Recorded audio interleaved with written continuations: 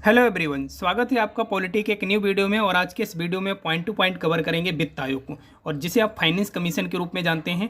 और वित्त आयोग से बनने वाले तमाम उन फैक्टों की चर्चा करेंगे इसी वीडियो में, जो एग्जाम के नज़रिए से काफ़ी महत्वपूर्ण है। अगर आप किसी भी कॉम्पिटिटिव एग्जाम की तैयारी करते हैं तो ये वीडियो आपके लिए काफ़ी हेल्पफुल रहने वाला है। तो चलिए आइए स्टार्ट करते हैं वीडियो को। देखिए, सबसे पहले हम बात करें, वित्त आयोग एक प्रकार का संवैधानिक निकाय है। किस प्रकार का निकाय है? संवैधानिक। क्यों? विशेष रूप से याद रखिए, क्योंकि इसकी चर्चा संविधान के आर्टिकल 280 में की गई है। और आर्टिकल 280 का उपयोग करते हुए भी राष्ट्रपति महोदय वित्त आयोग का गठन करते हैं। तो आपसे पूछा जाएगा कि सबसे पहले यानी प्रथम बार जो वित्त आयोग का गठन किया गया था वो कब किया गया था? तो राष्ट्रपति द्वारा वित्त आयोग का गठन किया जाता है, और 1951 में पहली बार वित्त आयोग का गठन किया गया था। विशेष रूप से आपको याद रखना है ये पॉइंट। चलिए नेक्स्ट पॉइंट की अब चर्चा कर लेते हैं। देखिए यहाँ पर नेक्स्ट पॉइंट है आपके संरचना से रिलेटेड, यानी स्ट्रक्चर की बात करता है। वित्त आयोग का स्ट्रक्चर कैसा होता है? तो विशेष रूप से याद रखिएगा, स्ट्रक्चर में एक अध्यक्ष होता है और 4 सदस्य होते हैं। यानी सीधा सा फंडा है, आपको याद रखना है 4+1 का। 4+1 यानी टोटल 5 मेंबर होते हैं इसमें, जिसमें से एक सदस्य, एक अध्यक्ष रहेंगे और 4 सदस्य रहेंगे। क्लियर है? चलिए नेक्स्ट पॉइंट की अगर हम बात करें तो विशेष रूप से आपको याद रखना है योग्यता। देखिए, अगर हम योग्यता की बात करें तो इसमें विशेष रूप से एक पॉइंट आपको नज़र आ रहा होगा, सुप्रीम कोर्ट के जज के बराबर योग्यता होती है। और सुप्रीम कोर्ट को जज बनने के लिए क्या योग्यता होती है, ये भी आपको क्लियर होना चाहिए। देखिए, सुप्रीम कोर्ट के जज बनने के लिए योग्यता होती हैं, आपका उच्च न्यायालय में 10 वर्ष का वकालत के रूप में अनुभव होना कंपलसरी है।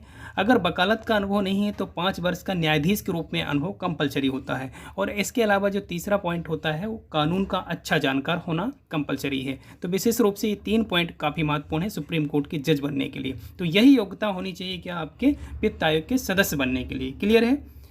चलिए नेक्स्ट पॉइंट की अब बात कर लेते हैं। यहाँ पर देखिए इसके कार्यकाल की। देखिए, जो वित्त आयोग है ये संवैधानिक संस्था है, और इसका जो कार्यकाल होता है फिक्स रहता है 5 वर्ष के लिए। नेक्स्ट पॉइंट की अगर हम बात करें तो ये सिंपल पॉइंट है कि इनके जो वेतन और भत्ते हैं वो कहाँ से दिए जाएंगे। तो वेतन जो भत्ते हैं इनके संचित निधि, केंद्र की जो संचित निधि होती है, जिसका वर्णन 266 आर्टिकल में किया गया है 266 में।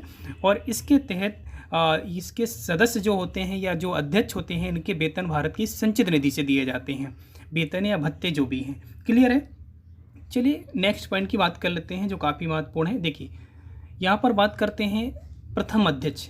काफ़ी बार एग्जाम में रिपीट हुआ क्वेश्चन है कि प्रथम अध्यक्ष कौन थे वित्त आयोग के। तो विशेष रूप से याद रखिए, प्रथम जो अध्यक्ष थे केसी नियोगी। इनका नाम काफ़ी इंपॉर्टेंट है, आप लोगों को याद रखना होगा। जो वित्त आयोग के प्रथम अध्यक्ष थे वो केसी नियोगी थी। विशेष रूप से याद रखिए। और कब गठन किया गया था पहली बार? विशेष रूप से याद रखिए 1951 में। क्लियर है?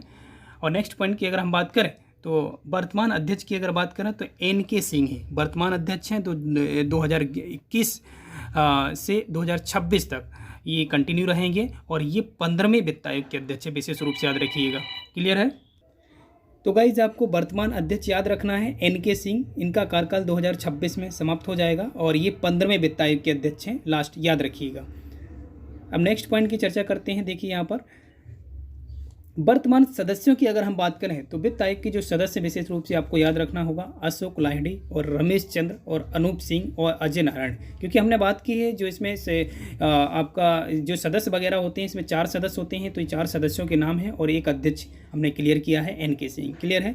चलिए नेक्स्ट पॉइंट की अगर हम बात करें कार्य एवं शक्तियों की, वित्त आयोग के क्या कार्य होते हैं और शक्तियाँ क्या होती हैं। तो विशेष रूप से ये पॉइंट जरूर आपको याद रखना होगा।